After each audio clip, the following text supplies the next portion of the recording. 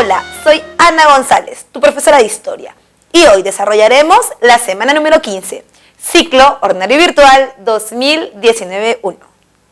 Bien, vamos con la Revolución Rusa. Una de las cosas que nos habían quedado pendientes en la Primera Guerra Mundial era la salida de Rusia, ¿no? Cuando vimos la Primera Guerra Mundial, misteriosamente, para 1917, comienzo del 18, y con la firma del Tratado Brest-Litovsk, Rusia salía de la Primera Guerra Mundial. Eso tiene una razón, y es que, lo vamos a ver ahora, Rusia está en un problema sobre todo de situación política, ¿no?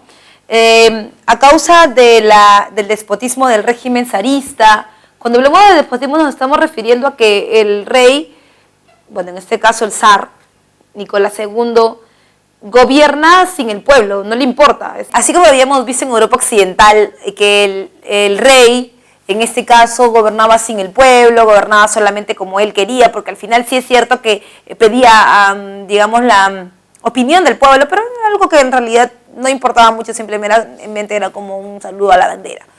Entonces, ese despotismo del zar Nicolás II formaba parte de todo un contexto en donde el pueblo era poco menos que un grupo de animales sin derechos. También el problema era el avance de las ideas comunistas que hablaban de la eliminación de un gobierno y mucho más un gobierno de antiguo régimen como este. La explotación del campesinado, recuerda que el 90% del campesinado o de la población rusa era campesina, y de ese 90%, el 95% estaba al servicio del zar Nicolás II y de su familia. O sea que estamos hablando de que prácticamente toda la mano de obra está en las manos del zar Nicolás II, y que los sueldos son paupérrimos, que casi no hay pagos, que además va subiendo paulatinamente pero con mucha velocidad los precios, y que la gente ya no puede pagar las cosas. También aparece la crisis por la Primera Guerra Mundial. Si bien es cierto, Rusia está muy mal económicamente, está durante la Primera Guerra también en problemas económicos, y aún eso no se le pone coto, no se le pone fin a este enfrentamiento por parte de los rusos, por lo tanto también por eso estalla la guerra. Hay dos fases para la Revolución Rusa. La primera es la menchevique o de febrero, que también es llamada la Revolución Blanca, en donde la gente que comienza la revolución va a llevar un proyecto moderado, en donde lo que se busca es sacar al rey, bueno, en este caso al zar Nicolás II, sacarlo y llamar elecciones para que de una manera, entre comillas, democrática, se pueda hacer un cambio a otro régimen. Para esto se obliga a la abdicación del zar Nicolás II, llega a la presidencia de Alejandro Kerensky y forma la Primera República Rusa. Y tú me preguntarás por qué es la Primera República, porque es la primera vez que se forma un gobierno a través de los votos. Hay un conflicto con los soviets, que son este grupo de personas exproletarios que van a sacar cara por el pueblo, y que ellos dicen, bueno, Alejandro Kerensky, te hemos puesto en el gobierno, ya has ganado, ¿qué vas a hacer por Rusia? Y él pues no quiere salir de la Primera Guerra Mundial, es por eso que le dan un golpe de Estado. Este golpe de Estado trae consigo a la Revolución Bolchevique, también llamada Roja o de Octubre, en donde el personaje principal, protagonista, es Lenin, quien da un golpe de Estado en Kerensky, y ha comenzado una nueva forma de gobierno. Lo primero que se hace es firmar el Tratado Brest-Litovsk, que saca a Rusia de la Primera Guerra Mundial, y también se va a eliminar Rusia como tal, y se va a crear la Unión de Repúblicas Soviéticas Socialistas, que está dentro de un plan en donde ya no solamente es un país llamado Rusia, sino que ahora es todo un conjunto de países que estarán como países satélites alrededor de la Unión Soviética, que tendrá un nuevo plan económico y político, un nuevo sistema antagónico en algunos años al capitalismo. En el momento que fallece Lenin, nadie se lo esperaba, fallece Lenin, y se supone que debe haber una sucesión dentro del partido, porque el que gobierna no es una sola persona, el que gobierna es el partido de la Unión Soviética, que tiene su secretario general en Lenin. Lenin fallece, no deja a nadie a cargo, van a llamar elecciones y se van a enfrentar dos personas ideológicamente, uno es Stalin y el otro es Trotsky. Ahora, de los dos, Stalin hace lo que sea para poder ser el secretario general, finalmente es desterrado Trotsky a México, y en México muere, o sea que digamos que finalmente el único que va a gobernar la Unión Soviética es Stalin, y recuerda que él lleva a cabo los famosos planes quinquenales, que son estos planes de desarrollo industrial, porque es lo que también busca Lenin. Lenin ya había comenzado la industrialización de la Unión Soviética, la industrialización de las armas, que es lo más importante, y por supuesto la aparición en el caso de Lenin, la aparición del NEP, el nuevo sistema económico, en donde lo que se debería hacer es concentrarse, como te lo he dicho, en la industria armamentista o la industria del acero, ya que habían indicios de que la industria del acero podía revivir milagrosamente las economías, como lo había hecho en el caso de Alemania. Entonces, Stalin también va a lo mismo, pero con un plan estratégico de plazos cortos, de 5 años en 5 años, que le van a permitir entonces un desarrollo sostenido y planificado de la economía de la Unión Soviética, ¿no? La Unión Soviética entonces está en un plan de salida del sistema del zarista y en un plan interno de desarrollo, de nuevo desarrollo económico y político, pero sobre todo industrial, en donde se van a dedicar a hacer armas, básicamente armas para la venta al exterior.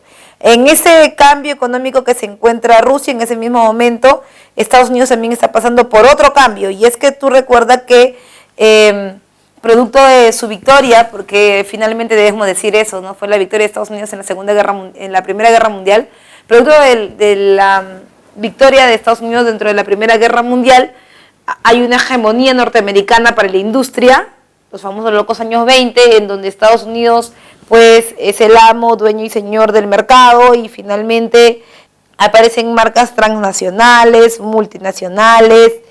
Estados Unidos está loco por producir, que finalmente le trae consecuencias nefastas a su economía.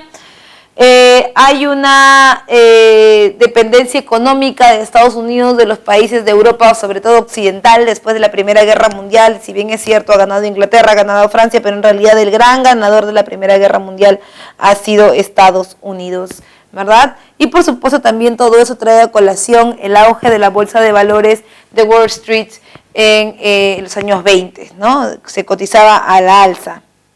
Bien, por otro lado también hay que recordar que entre las causas de la crisis, porque lo que hemos estado hablando es los antecedentes, cómo se encontraba Estados Unidos antes de la crisis, entre las causas está la especulación financiera y el funcionamiento estricto de esta idea de dejar hacer, dejar pasar, que es la propuesta de los fisiócratas y luego tomada ya de manera mucho más desarrollada por Adam Smith.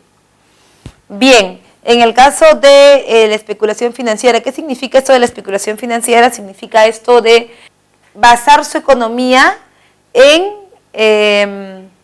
la compra a futuro.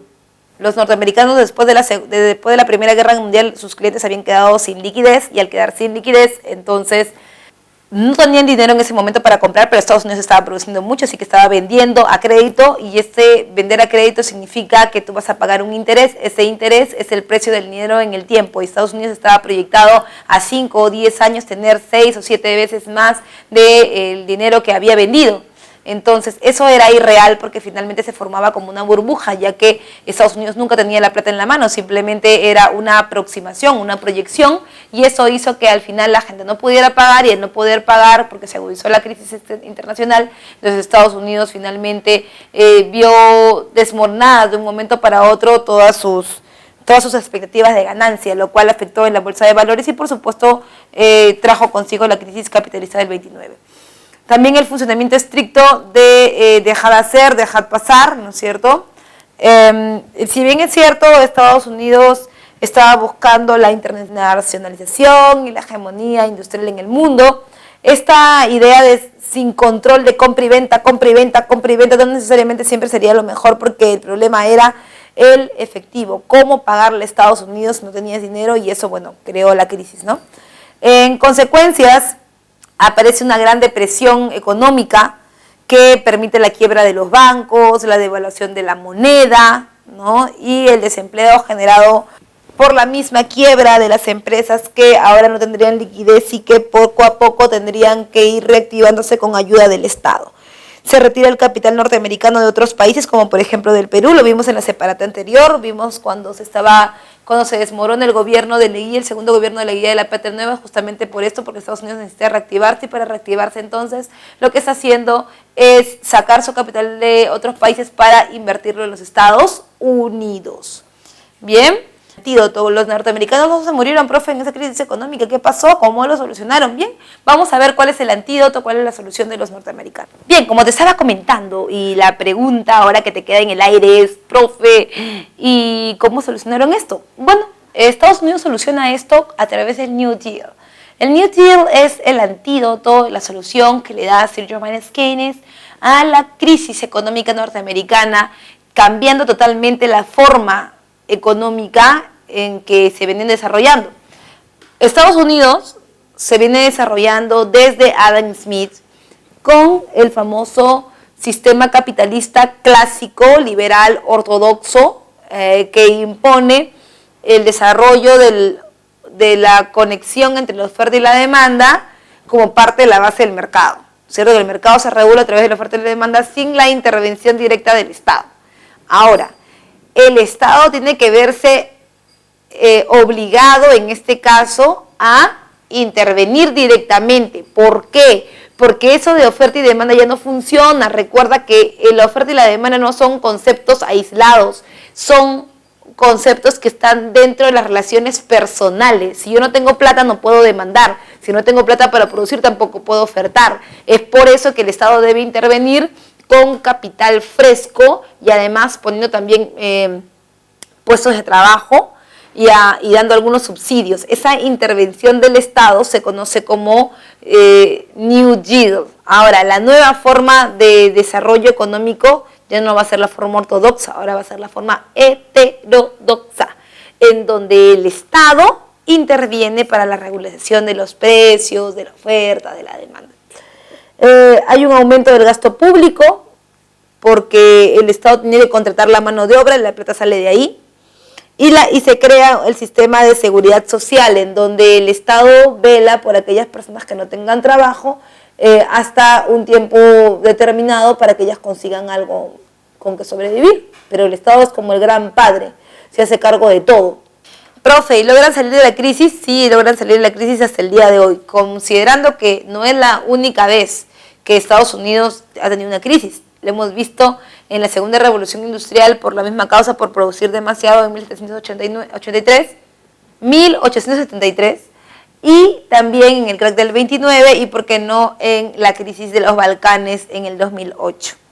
Vamos rapidito con los fascismos europeos. Si bien es cierto, hemos visto lo que estaba pasando en Rusia, hemos visto lo que estaba pasando en Estados Unidos, vamos hacia el otro polo. Estamos viendo los tres polos de la Primera Guerra Mundial.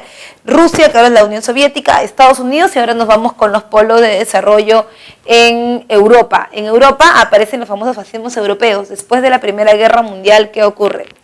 Después de la Primera Guerra Mundial, países como Alemania,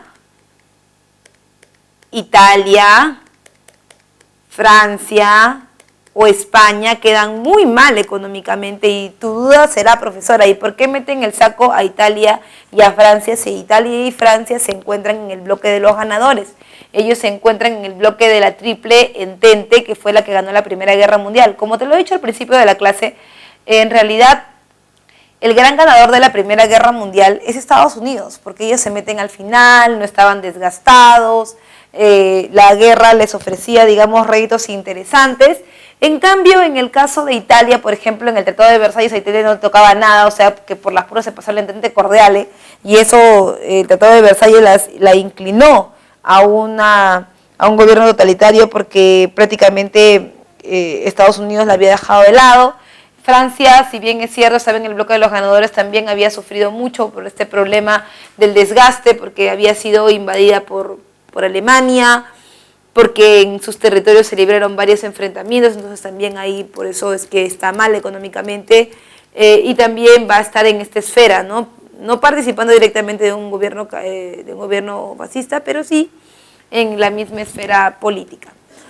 En cuanto a las causas de los fascismos europeos, te lo dije, la crisis causada por la Primera Guerra Mundial, lo hemos estado desarrollando lo hemos estado desarrollando desde el principio del video.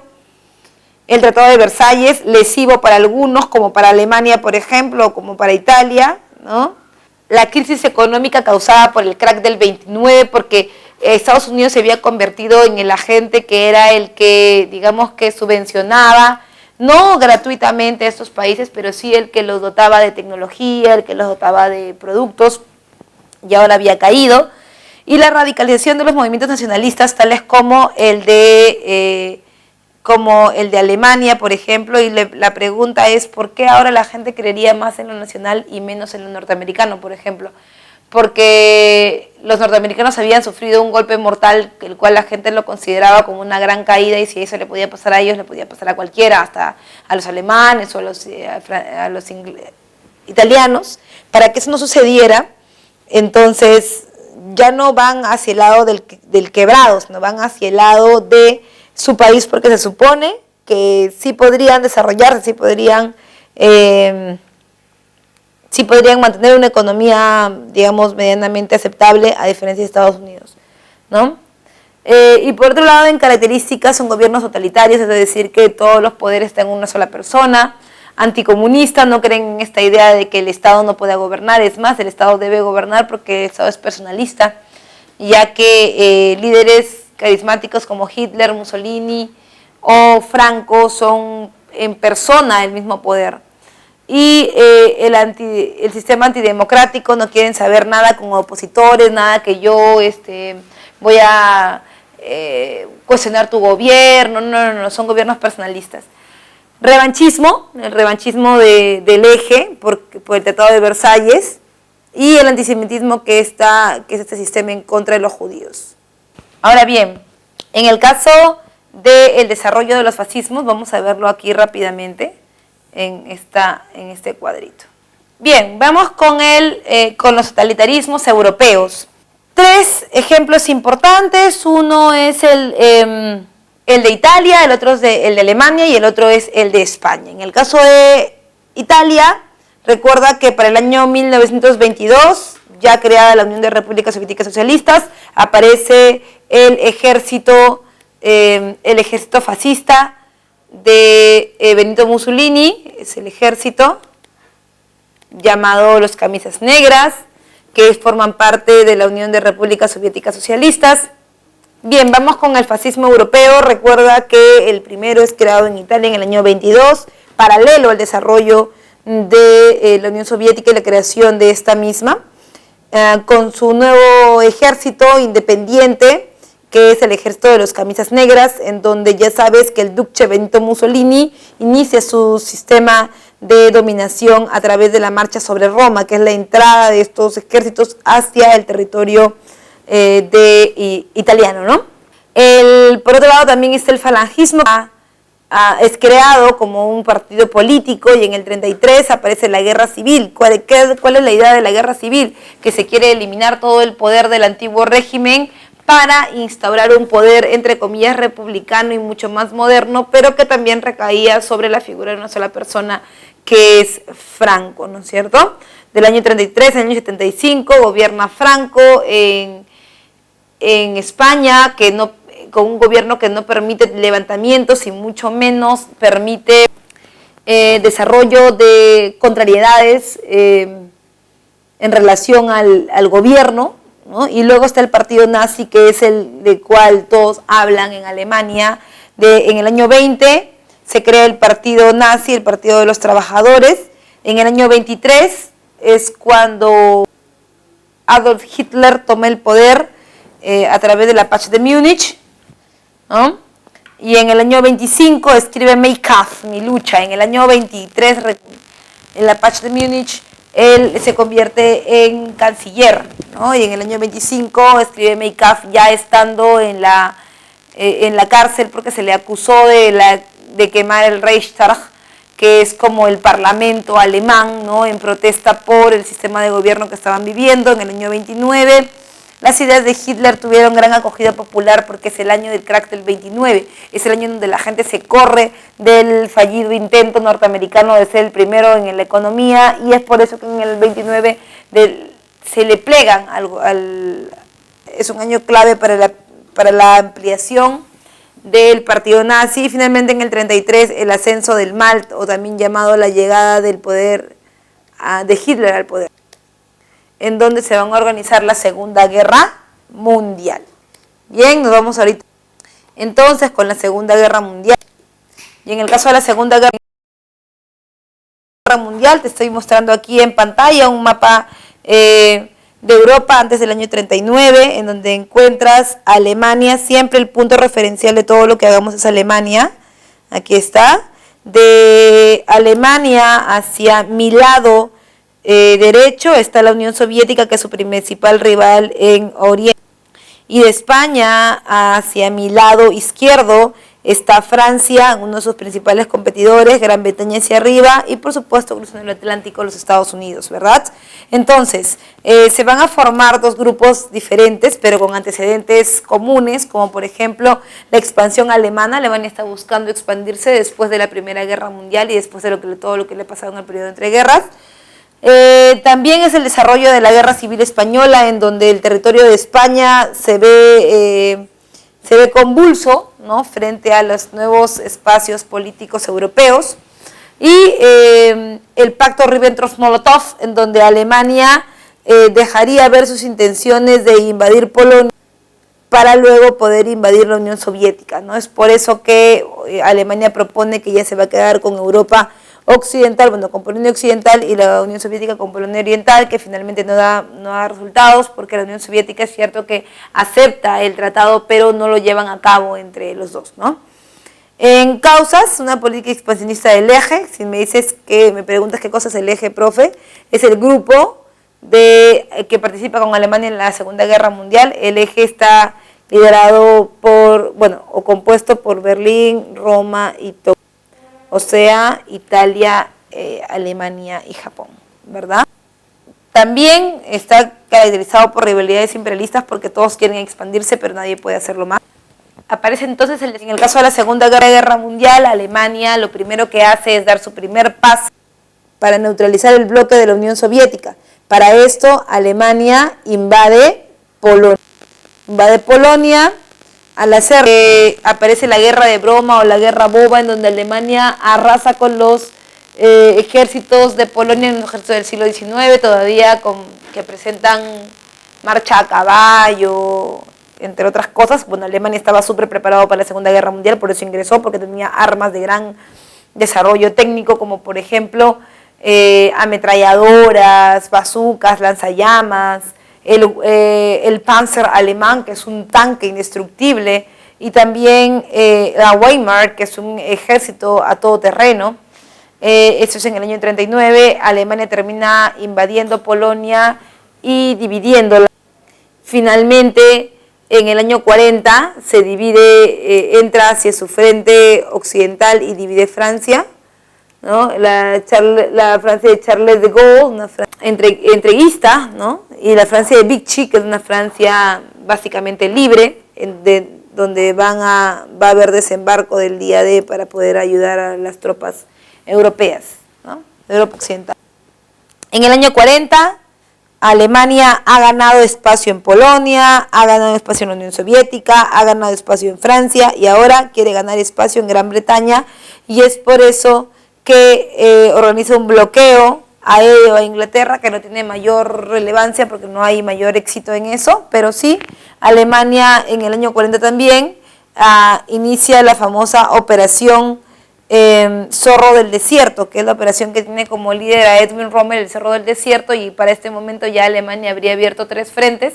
Uno es el frente oriental de la Unión Soviética, el otro es el frente occidental de Francia, en el cual ya tiene ejército, y finalmente el último frente, que es el frente africano, que digamos que por la lejanía de los tres, la dificultad de las condiciones geográficas y climáticas, Alemania tuvo un ejército totalmente debilitado durante la Segunda Guerra Mundial, y es por eso que comienza su declive. Pareciera que en este momento están ganando la Segunda Guerra Mundial, pero vas a ver que eso más que lo fortalezca, lo debilita.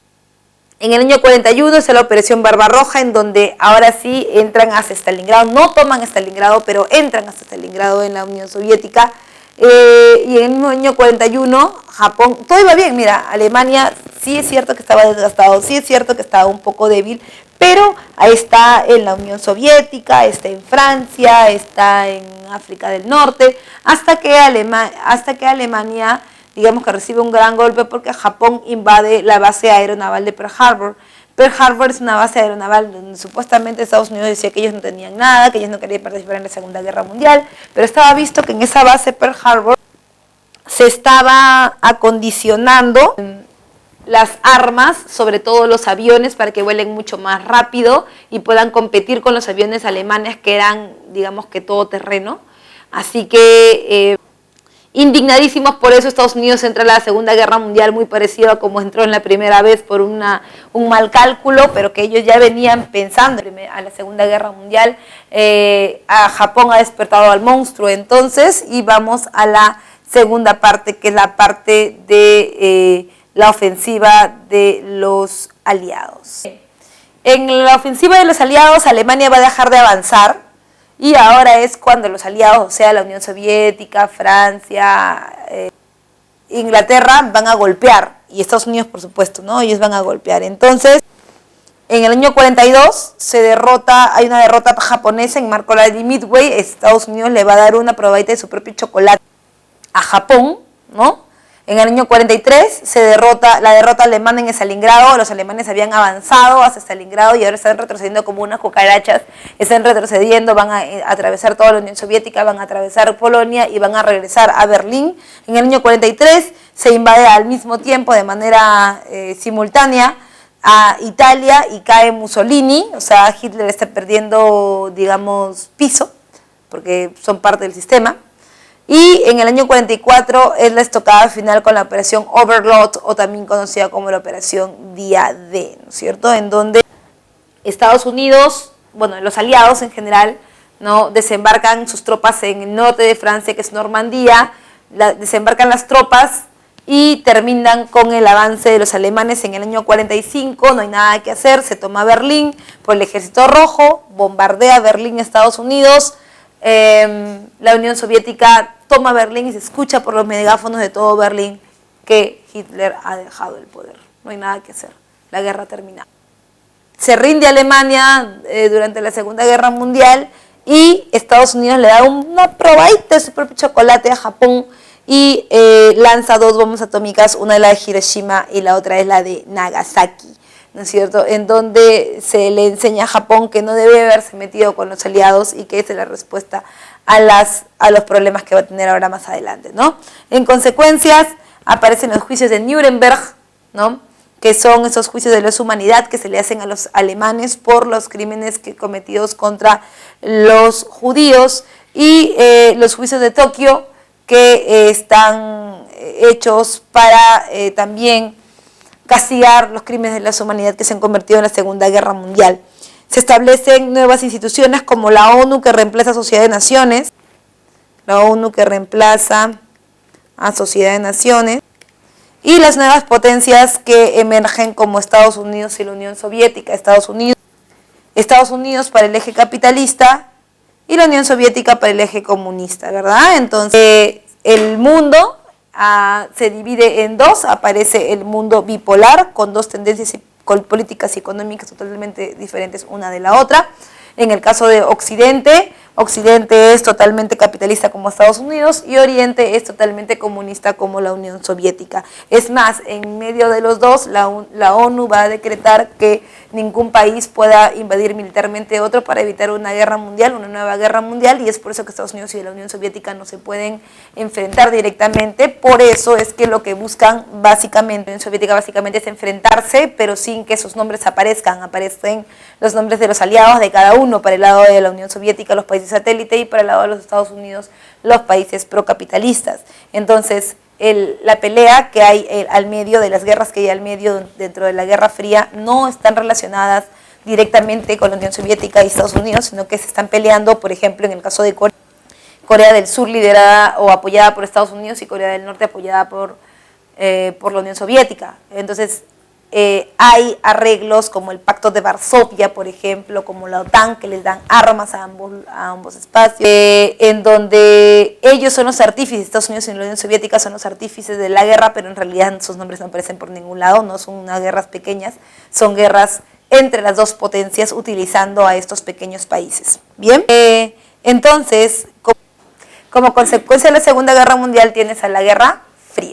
Vamos con la Guerra Fría, te lo adelanté como una consecuencia de la Segunda Guerra Mundial, y la Guerra Fría es un enfrentamiento indirecto entre Estados Unidos y la Unión Soviética, porque de intermediario está la ONU, que no permite que se peleen directamente. Con ayuda de países satélite, la Unión Soviética va a comenzar a buscar terreno. Profesora, yo no entiendo por qué están buscando hacerse grupos, o sea, es algo que siempre me he quedado con la duda. Bueno, en la Guerra Fría o el mundo bipolar se supone que no quieren ser amigos y dividirse el mundo, lo que quieren es dominar todo el mundo, pero para dominar todo el mundo hace más falta solamente que dividir a Alemania o que dividir el mundo en dos, hace falta tener gente que te respalde para poder ganar. Esa gente que va a respaldar a la Unión Soviética o esos países que van a respaldarlo son los países satélite, que por ejemplo es el caso de Cuba, de Corea del Norte, de Vietnam del Norte. Y en el caso de los Estados Unidos, países que viven, usufructan, chupan del capitalismo, como por ejemplo el Perú en algún momento, Corea del Sur, Vietnam del Sur, ¿no? Entonces en eso estamos en una pelea entre grupos, cada quien con su pandilla. Y en características, la rivalidad ideológica para el caso de Estados Unidos, vamos a ver que en política y en economía. En el caso de Estados Unidos, en la política hablamos de una política liberal, en el caso de la Unión Soviética hablamos de una política socialista, en el caso de Estados Unidos hablamos de una economía librecambista o capitalista, y en el caso de la Unión Soviética hablamos de una economía comunista, ¿verdad? En donde, o también llamada capitalismo de Estado, en donde el Estado es el que regula todo. El Estado pone precios, el Estado da dinero, el Estado subsidia todo. Es el que organiza. En cambio, en el caso del capitalismo no, el capitalismo es libre albedrío. Tú ya sabes que dejar pasar a la máxima expresión y la gente hace lo que quiere, el Estado no interviene y solamente participa poco. Por otro lado, vamos a ver el desarrollo de la Guerra Fría en un esquema que nos va a ayudar a explicarlo. Bien, como ya hemos dicho, la Guerra Fría es esta guerra indirecta entre las dos nuevas potencias después de la Segunda Guerra Mundial, y como parte de las nuevas conformaciones de estos grupos o estos bloques o estas facciones que van a dominar el mundo, tenemos la división del mundo con sus apoyos respectivos. Uno de ellos es el apoyo económico, vamos a ponerlo por aquí, el apoyo económico, y otro es el apoyo militar. Tanto Estados Unidos como la Unión Soviética están buscando siempre tener gente que les permita convertirse en un bloque, lo que quiere decir que ellos no pueden estar solos con sus ideologías, sino que tienen que compartirlas con otros países. Por esto es que Estados Unidos busca a través del Plan Marshall la ayuda económica a Europa Occidental, porque ellos serían los países que, reestructurada su economía, podrían volver a comprar y hacer más fuerte el capitalismo norteamericano. Y por otro lado está el plan Molotov, que es el plan de la Unión Soviética hacia Europa Oriental para reactivar su economía también y poder adherirlas al sistema comunista. Finalmente, en el espacio militar está, en el caso de Estados Unidos, la Organización del Atlántico Norte, llamada también OTAN, que buscaba organizar el sistema económico a través de las armas por parte de Estados Unidos a sus países procapitalistas. Y en el caso de la Unión Soviética es la misma figura, ¿no? Pero llamado el Pacto de Varsovia. El Pacto de Varsovia del 55 al 91. ¿Y por qué va hasta el 91? Porque recuerda que en el 91 se desintegra la Unión Soviética. Bien, ahora, las carreras que se desarrollan entre Estados Unidos y la Unión Soviética, estas peleas, pugnas indirectas, pasan por diferentes ámbitos, como por ejemplo por la amenaza nuclear al bloque contrario. ya no importaría tanto quién domine el mundo, ahora importaría quién domine el espacio, ¿no es cierto? Y para eso también vamos a ver que primero habría que dominar el espacio del mundo, es decir, pelear con las armas, y para esto es que se impulsa una economía de mercado y supremacía del dólar, en el caso de Estados Unidos a través de una fuerte industria militar, y en el caso de la Unión Soviética una fuerte industria militar nuclear que también permite el avance de este bloque. En el caso de la rivalidad económica se van a enfrentar el mercado de supremacía del dólar capitalista y la economía basada en la planificación y estatización, también llamada capitalismo de Estado por parte de la Unión Soviética. En la lucha en el terreno ideológico y propagandístico, en Estados Unidos se desarrollan las democracias parlamentarias y en la Unión Soviética el desarrollo de los sistemas políticos dominados por el Partido Comunista. En cuanto a la intervención de España como anticomunista, dentro del bloque euroamericano, se hace famosa una frase conocida como mundo libre para utilizarlo contra el bloque contrario. Y en el lado de la Unión Soviética, las democracias populares para utilizarlo contra el bloque contrario. La idea es siempre estar peleando, siempre estar en pugnas en todos los aspectos. Ahora nos vamos con las preguntas. Pregunta número 1 dice: Rusia era hacia el 17 uno de los países más inestables de Europa, con una gran masa de campesinos explotados y un cada vez más impopular gobierno zarista. En febrero de ese año se inició la llamada Revolución Rusa. Señale la secuencia cronológica correcta. Bien, lo primero es ir desde los orígenes, ¿no? Tú recuerda que está el gobierno del zar Nicolás II, que es obligado a abdicar en favor de su hermano Miguel. Este Miguel llama a elecciones y en elecciones elige a Alejandro Kerensky y se forma la primera república rusa. Alejandro Kerensky no quiere salir de la guerra y al no salir de la guerra le dan un golpe de estado y ese es Lenin. Lenin comienza un desarrollo de sistema económico que le permita la industrialización a través de las armas. Él muere y toma el poder Stalin, que sigue con el plan económico de Lenin, que es el NEP, el nuevo plan económico, y él hace los famosos planes quinquenales. El espacio 3 dice: apoyado por los alemanes, Lenin vuelve a Rusia, ¿no es cierto? Eso sería 1. Los bolcheviques estaban en el poder político. 2, porque recuerda que aquí primero son los mencheviques y aquí son los bolcheviques. Se inicia la guerra civil entre rojos y blancos, entre estos y estos. 3. Y se forma la Unión de Repúblicas Soviéticas Socialistas en 1922, que eso sería lo último, por eso tu clave es la letra A. Pregunta número 2 dice: la llegada de Mussolini y Hitler al poder en Italia y Alemania, respectivamente, significó el inicio del ascenso del fascismo europeo.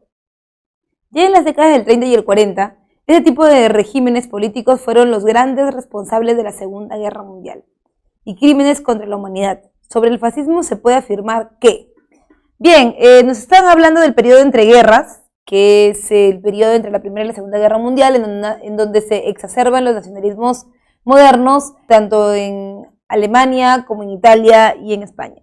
Hay algunas características de este movimiento, como por ejemplo el exacerbado chauvinismo, la revancha del Tratado de Versalles, y por supuesto también que eran opositores a diferentes grupos. Es más, ellos eran opositores, pero no aceptaban oposición de nadie. Eran opositores de dos espacios importantes, sobre todo, uno el socialismo y otro el comunismo. ¿Por qué? Porque eliminaban toda forma de poder, y ese poder centralista, personalista, del cual se caracterizaba los fascistas, ya iba a perder poder poco a poco. Por eso es que tu clave es la letra D. Eran opositores del socialismo y al comunismo. Antes y durante la Segunda Guerra Mundial ocurrieron varios hechos políticos que fueron determinantes en el desenlace de ese. establezca cuál es la afirmación correcta. Vamos a analizar el ítem 1, dice, Alemania, Italia y Japón firmaron el pacto de no agresión del 38. Este no fue con ellos, este fue con la Unión de Repúblicas Soviéticas Socialistas. Estados Unidos le negó a Inglaterra ayuda financiera y material. Bueno, Estados Unidos mantuvo a Inglaterra con el Plan Marshall y durante la guerra fue parte del Triple Entente, ¿no?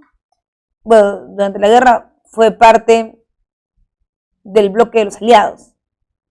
El presidente Roosevelt perdió las elecciones del 45, tampoco es verdadero. Alemania declaró la guerra a Estados Unidos en el 41, eso sí es verdad. Y España, bajo el gobierno de Franco, apoyó a Alemania, ¿no? Que tampoco es cierto porque el gobierno de Franco buscaba características diferentes de los gobiernos alemanes de la época. Pregunta número 4 dice, la Guerra Fría del 45 al 91 fue el enfrentamiento ideológico entre Estados Unidos y la Unión Soviética, que generó la división del mundo en dos grandes bloques y trajo consigo una gran tensión. Sobre este periodo se puede afirmar como verdadero. Estados Unidos apoyó el gobierno de Corea del Sur, verdadero. España de Franco fue aliada de la Unión Soviética, falso. Ítem 3 dice, Turquía permitió la instalación de misiles en su territorio. Tú recuerdas que eso es parte de lo que nosotros llamamos la crisis de los misiles, ¿no? Cuando la Unión Soviética entra al territorio cubano a poner misiles en dirección a Estados Unidos, Estados Unidos hace lo mismo desde Turquía hasta la Unión Soviética. Entonces, en Turquía sí se permiten las instalaciones de misiles con el objetivo de terminar con la Unión de Repúblicas Soviéticas Socialistas. Y dice, América Latina y Asia fueron neutrales en este conflicto. Eso es mentira, porque recuerda que inclusive el Perú en el segundo gobierno de Óscar R. Benavides le va a volver a declarar la guerra a Alemania y además otros países también, ¿no? Por eso tu clave es la letra A, 1 y 3. Como cada semana, eso ha sido todo conmigo. No olvides que tenemos una cita la próxima semana. ¡Chao!